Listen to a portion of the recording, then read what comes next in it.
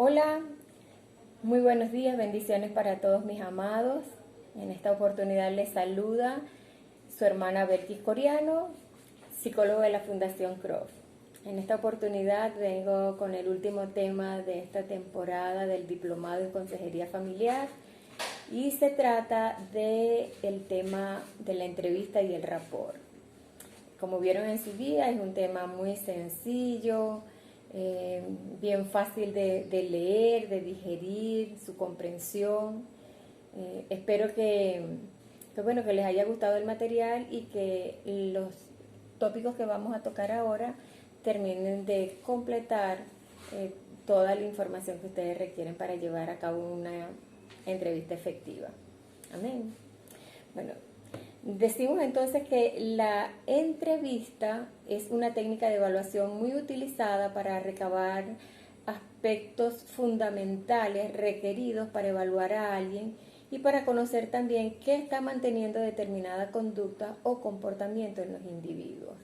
Debe ser realizada por una persona debidamente entrenada, porque se requiere de mucha habilidad para que la misma resulte con buenos beneficios tanto para el entrevistador como para el entrevistado. Lo importante de la entrevista lo primero que se establece en la entrevista es el rapport, y el rapport no es otra cosa que crear o generar ese clima de confianza, ¿verdad? De apertura que permita al entrevistado el facilitar la verbalización, de expresar sus ideas, sus pensamientos, sus sentimientos, la razón por la cual lo hace acudir a consulta.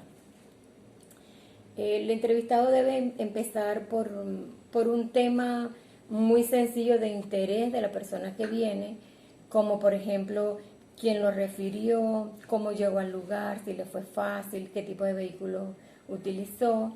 Eso de manera de ir rompiendo un poco ese hielo y permitir que la persona se vaya acercando, generar ese clima de confianza, de aceptación, de respeto, que la persona sienta que está siendo comprendido desde ese primer abordaje de llegada al lugar de atención. El objetivo primordial de la entrevista, de toda entrevista, es recabar datos concernientes a la historia de evolución del problema que está presentando la persona y evaluar tanto las áreas de conflicto como las potencialidades del entrevistado, porque con ambas se debe manejar. El rapport se establece cuando dos o más personas sienten que están en sintonía, no solamente psicológica, sino también emocional.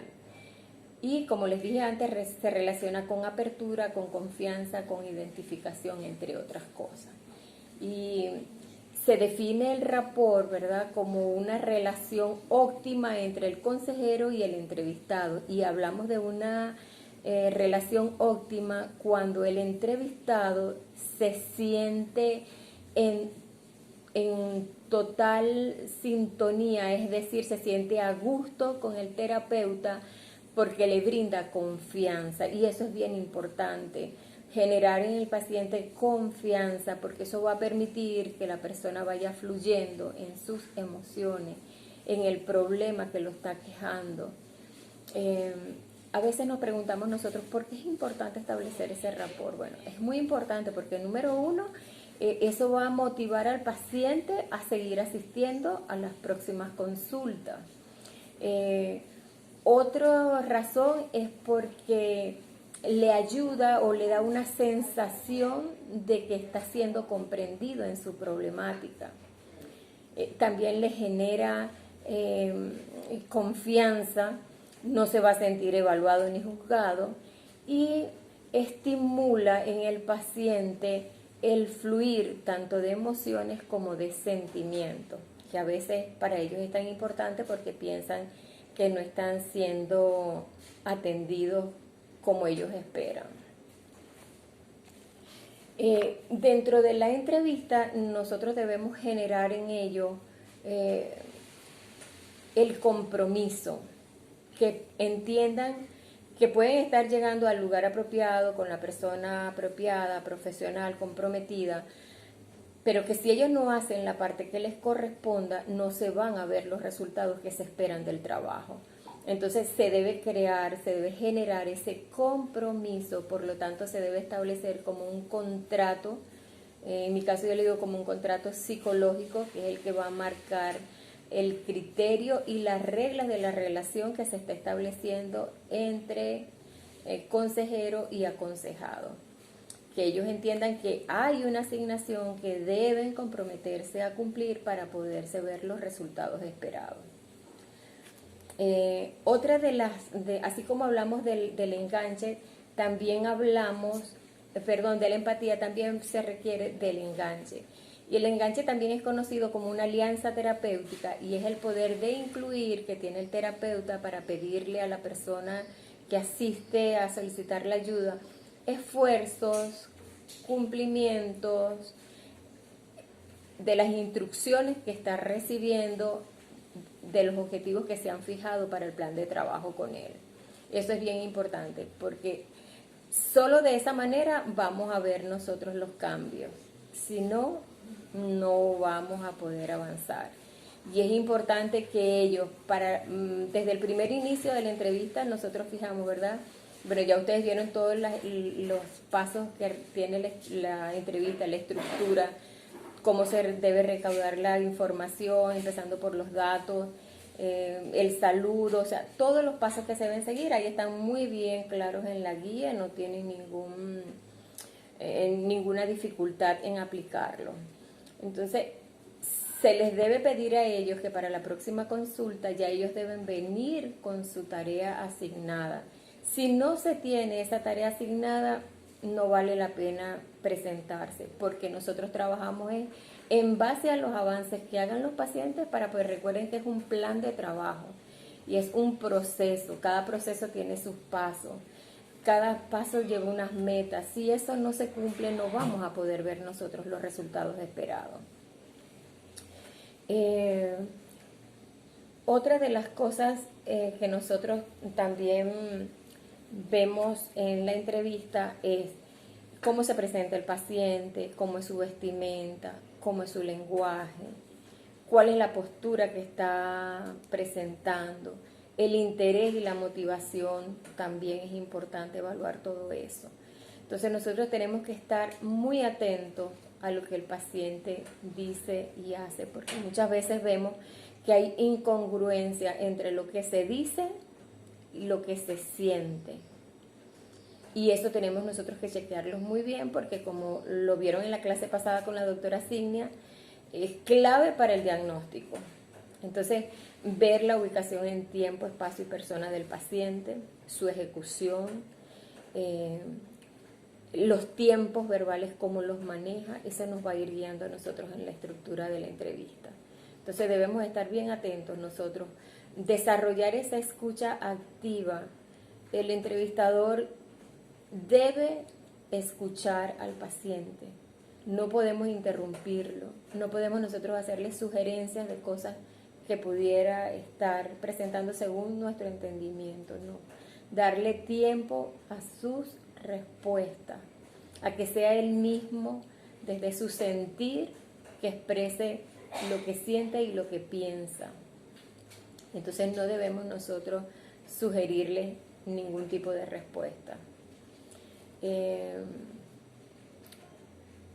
La entrevista es un tema muy bonito, muy apasionante, porque de pronto nosotros nos fijamos como un plan, una estructura, unos objetivos, pero cuando el paciente llega nos damos cuenta que, bueno, que hay otras cosas allí y debemos manejarlo con mucha susceptibilidad, con mucho respeto, con mucho compromiso, porque a veces en ese primer encuentro no le es fácil a ellos desnudar el alma, como le digo yo. No es fácil hablarle a otro de nuestros problemas, porque sentimos que nos van a juzgar, que nos van a valorar, sentimos que van a pensar de mí si le digo esto o aquello.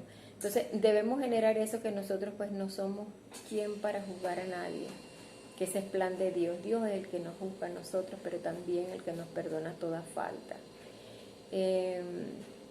debemos hacerle un psicodrama para ver, o sea, con quién vive, cómo son las relaciones de comunicación en el entorno familiar o en la pareja o con los hijos, cuál es la situación que está presentando, conocer el inicio, qué pasó, cómo se dio, quiénes estaban, cómo actuó él, qué recursos tiene, sus capacidades, sus habilidades para afrontar el problema, porque también en eso debemos nosotros entrenar al paciente, ayudarlo, acompañarlo. Eso es bien importante, porque si eso no se siente como paciente, la persona no siente eso en un primer abordaje, de eso va a depender si regresa o no regresa. Por eso es tan importante la empatía, ponernos en el lugar de ellos, cómo están sintiendo, qué están pensando, que se sientan comprendidos, apoyados, valorados, respetados. Eso nos gusta a nosotros como pacientes cuando vamos a alguna entrevista, bien sea médica. Entonces, lo primero que uno busca es sentir que estamos siendo comprendidos. Eso es bien importante para que se dé todo lo demás. Y hay que respetar los tiempos. Cuando les hablaba del contrato que se establece también como con los pacientes, para aclarar los términos en los cuales se va a dar esa relación profesional consejero-aconsejado. Fijar la hora de la entrevista, el día, que ellos conozcan el plan de trabajo, la estructura. Debe haber una estructura que el paciente debe conocer. Se les deben dar los objetivos que se están fijando, porque toda entrevista tiene un inicio y tiene un fin. No pueden ser los lapsos demasiado prolongados, porque lo que buscamos es que la persona reconozca qué es lo que está manteniendo su conducta, implemente los cambios necesarios y pueda salir de la situación. Eso es lo que se requiere. Se le deben asignar tareas. Y cuando tenemos todo eso listo, ¿verdad? Y la persona se compromete, entonces nosotros le decimos que no puede faltar a ninguna de las citas, que 3 faltas injustificadas es motivo del cierre de su caso, porque hay muchas personas esperando ser atendidos. Lo importante de que él cumpla con la asignación de las tareas que se les están entregando para poder dar continuidad al trabajo terapéutico. Motivarlos a que ellos pueden, que cuando nos esforzamos, cuando somos valientes y cuando nos comprometemos con las cosas, vemos los resultados mucho más rápido. Y el tiempo máximo de trabajo con un paciente, hasta 3 meses, no más de eso, porque entonces nosotros nos convertimos en muletillas de aquellas personas y lo que buscamos es que la persona quiera independencia, que haga curso de sus recursos para salir de las situaciones que se presentan. Y otra de las cosas que también se presentan en la entrevista es cuando vemos que la persona no está siendo como muy responsable con las cosas, preguntarle qué está pasando. En un principio te noté muy proactivo, muy interesado, comprometido, pero de un tiempo para acá noto que estás con menos interés y quisiera saber cuál es el motivo. Eso hay que chequearlo constantemente con ellos, porque pudieran surgir otros problemas adicionales a lo que está llevando y quiera o no va a repercutir, por supuesto, en su desenvolvimiento, y eso debe chequearse. Hay que conocer toda la historia familiar del paciente.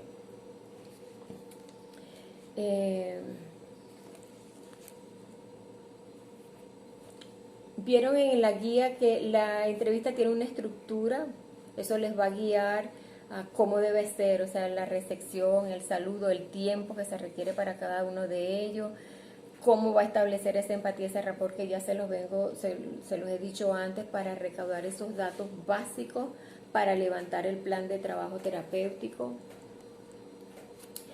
Les hablaba también de la importancia del psicograma, con cuántas personas vive, quiénes han estado presentes en el momento en que ha tenido las crisis, el nombre, el parentesco, la edad, la ocupación, la escolaridad del paciente. Eso es importante porque de pronto nosotros tenemos que bajarnos al nivel de la persona en un lenguaje sencillo, que ellos puedan captar qué es lo que se espera, qué es lo que se quiera, darle un resumen de lo que nosotros hemos entendido es el problema que está presentando la persona, chequear con ellos si es eso. Otro es el carácter de la persona, cómo es. Es flemático, es sanguíneo, es colérico. Y todo eso es importante porque va a influir, por supuesto. El motivo de consulta, eso no puede durar más de 3 minutos. Hay que explorar todo el cuadro clínico, si en la familia hay alguien que ha tenido una situación parecida. Precisar bien cada aspecto. Y ver también la estructura, la historia directa de la dinámica del cuadro, los antecedentes, la evolución, la relación de conflictos anteriores, qué elementos tenía la persona, cómo salió, también para aprovechar pues sus capacidades y las habilidades que tiene para salir del problema.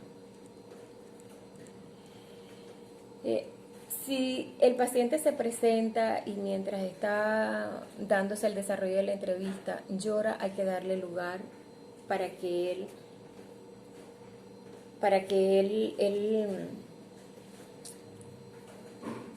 desahogue esos sentimientos que está presentando y pueda presentarse el momento de que ellos, una vez que afloren ese sentimiento, puedan aclarar un poco más sus ideas y nosotros ayudarlos, ¿verdad?, a que ellos sientan que todo tiene solución, que cuando nos ponemos en las manos de Dios, cuando confiamos en la persona que nos está atendiendo y cuando hacemos uso de las habilidades y de los recursos que hemos recibido de parte de Dios, las cosas tienen salida. Eso es importante, hacerles entender que no estamos solos, que hay un Dios grande, que hay un Dios poderoso que nos dice que no debemos temer, que confiemos, que lo busquemos, porque ¿a quién iremos nosotros sino a Él, que tiene palabras de vida, que nos da fortaleza, que nos consuela, que nos ayuda en toda debilidad que nosotros podamos estar presentando? Entonces, en esa primera parte es bueno, si la persona no conoce al Señor, pues acercarlo, porque ¿a quién iremos nosotros sino a Él? Si el mejor consejero que nosotros tenemos es Jesús, si el que conoce todo de nosotros es Él es el que escudriña nuestra mente, nuestro corazón, el que sana nuestras heridas, el que nos fortalece en toda debilidad. Entonces, a ese Jesús es que nosotros tenemos que presentarle a Él. Y durante todo el desarrollo de la entrevista, hacer uso de todas esas promesas que están contenidas en la Biblia, porque que nos dice la palabra: conoceréis la verdad y la verdad nos hará libre. Y solo Jesús nos hace libre. Solo Jesús trae paz y consuelo a nuestras vidas. Entonces, muchas personas están esclavizadas por las crisis, por los problemas, por la situación, porque no conocen de ese Dios, no se les ha hablado. Y ese es el momento para nosotros pues presentarles ese consejero por excelencia, ese Rey maravilloso que nos da paz, que sana todo dolor en nosotros, que nos da salud mental y emocional y que nos fortalece. Entonces, este debe ser nuestro momento para nosotros acercarnos al Señor. Debe haber sincronía con nosotros y ellos, que ellos sientan que verdaderamente les estamos dando la ayuda que ellos requieren.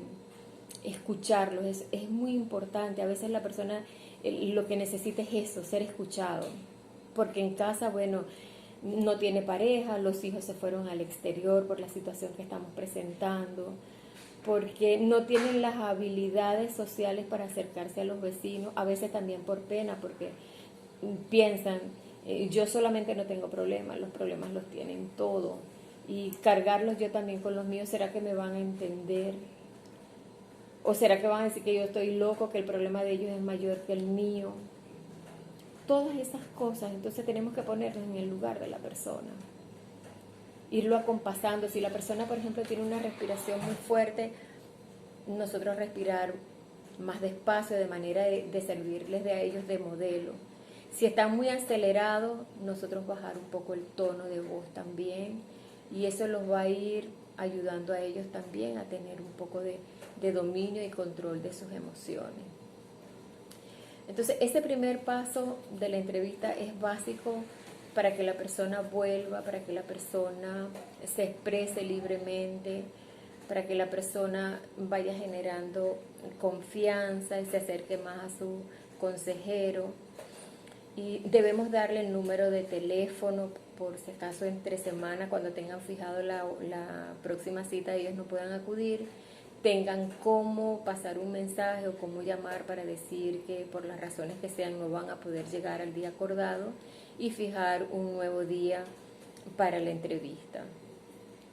Hay que hacer seguimiento a cada caso, que la persona sienta que, bueno, que verdaderamente hay un interés por ayudarlo, y que todo, absolutamente todo en nuestras vidas está en las manos de Dios, y que con Él todo lo podemos.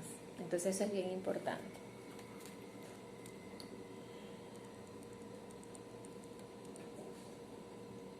Al cierre de la entrevista, ¿verdad? Nosotros, otra cosa que se me olvidaba decirle, las entrevistas no pueden excederse de 1 hora, máximo 45 minutos.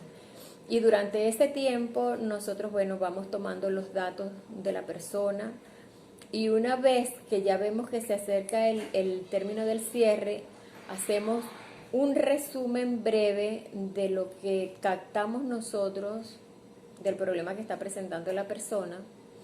Fijamos la próxima cita, se le agradece a la persona entrevistada de manera sincera su participación, se le asignan las tareas correspondientes para la próxima cita, y se deja esa motivación a ellos de regresar a la consulta para continuar con el abordaje terapéutico.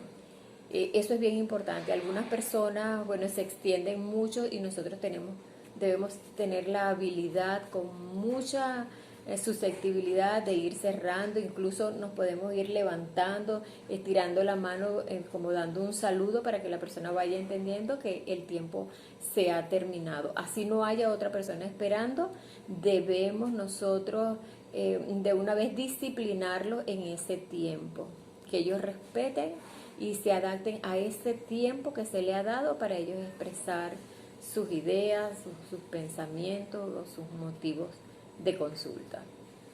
Eso es bien importante. Otra de las cosas que también influyen mucho es que no se tenga en el lugar de la entrevista cosas que distraigan la atención del paciente. Deben estar alejados de ventanas o de puertas que pudieran impedir el fluir de ello, porque imagínense que de pronto la persona esté expresando sus emociones o su problemática, y lleguen personas, entren personas, abran la puerta, hablen. O sea, todos esos ruidos van a interferir, y la persona se va a ver pues como privada para expresar, para seguir expresando sus ideas. Otra de las cosas que les quería decir es que hay que decirles a ellos que deben sentirse comprometidos con el plan de trabajo que se está haciendo, porque si eso no se cumple, se van a extender los lapsos, y no se trata de eso. O sea, no queremos eso. Queremos que la persona sea consciente de qué es lo que está causando la problemática, cómo él mismo tiene sus recursos para salir de la situación, y motivarlo cada día a trabajar. Lo estás haciendo muy bien, me parece bien lo que hiciste, sigue así. Si tienes algún problema, puedes llamar, puedes pedir oración, acude a una persona, no tomes decisiones en momentos en que estés rabioso o deprimido, porque no va a ser la mejor, no vas a tomar buenas decisiones. Entonces, antes de hacer cualquier cosa, primero consulta, tómate tu tiempo y luego sí procede a la acción. Eso es importante aclararle también a las personas. Vamos a ver qué otra cosa. Bueno, les dije que el objetivo principal de la entrevista es recaudar todos los datos necesarios para levantar, ¿verdad?, ese diagnóstico que tiene la persona, cómo trabajarlo, saber cuáles son sus habilidades, las capacidades que tiene, los recursos con los cuales puede hacer frente a la situación, trabajarle sus fobias, sus miedos, de poner cada argumento que tiene, porque a veces cuando la persona está deprimida no ve salida a las cosas. Entonces, escucharlo, y una vez que se escucha, ¿verdad?, nosotros ir anotando cada paso. Por ejemplo, si en una primera entrevista se presentan tres problemas que nosotros podemos ver para abordar, presentárselo. Me hablaste de esto y de aquello. Yo quiero que en función de tus necesidades jerarquices por cuál de ellos debemos empezar. Eso le da la oportunidad de que elija y nosotros ir preparando el plan de trabajo, y una vez que podamos solventar, ayudarlo a salir de ese problema, entonces sí seguir trabajando los otros puntos, si acaso ya no se ha superado en el camino, porque también eso pasa. Amén. Si nosotros vemos durante la entrevista que lo que está presentando el paciente no solamente requiere del consejo y la ayuda terapéutica, sino que además es necesario, se hace necesario el acudir al médico para recibir tratamiento, pues debemos derivarlo, debemos sugerirle que es necesario que acuda a un profesional de la medicina para que pueda ser medicado, y eso le ayude también a la situación que está presentando. Eso es importante. Dios estableció la ciencia y nosotros no podemos negarla, pues, porque es importante, es de gran beneficio para nosotros. Y también puede presentarse que el caso que nos está llegando no nos sentimos nosotros competentes para verlo o choca con nuestros principios, ¿verdad? Lo que debemos hacer por respeto a la persona que acude a nosotros es enviarlo a otro terapeuta que siga el caso, que se comprometa con la persona, que le dé la ayuda y que lo apoye. Eso es importante que nosotros también lo tengamos presente. El consejero siempre tiene que ofrecer alternativas a la persona, nunca las impone.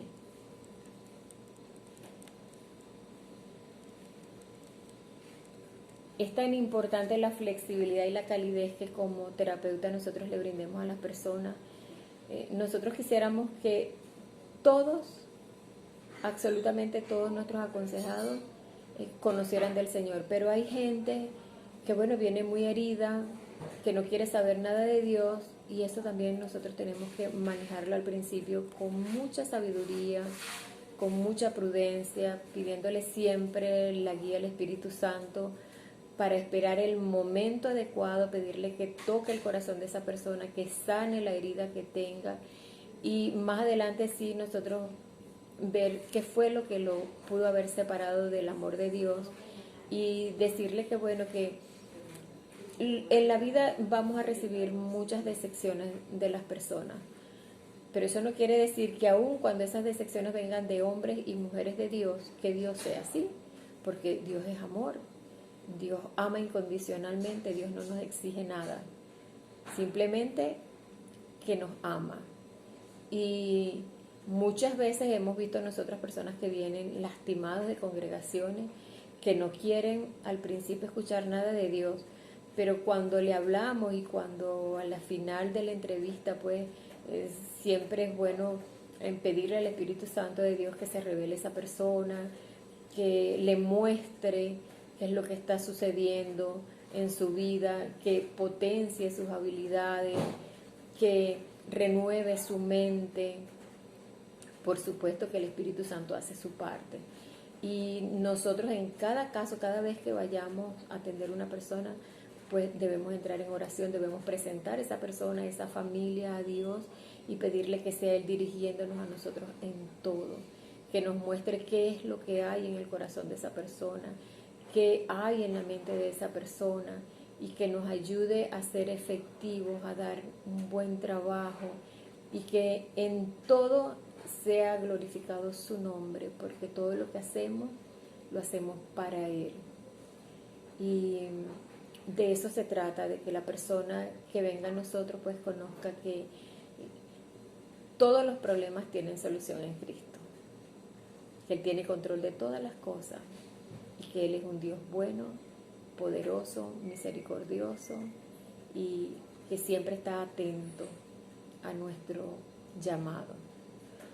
Bueno, mis amados, nos vemos el día sábado. Dios les bendiga y ha sido muy grato este tiempo con todos ustedes. Que todas las herramientas que han recibido de la Fundación puedan ser de gran utilidad, no solamente para ustedes, sino para las personas y las familias que Dios va a traer hasta ustedes. Que Dios les bendiga.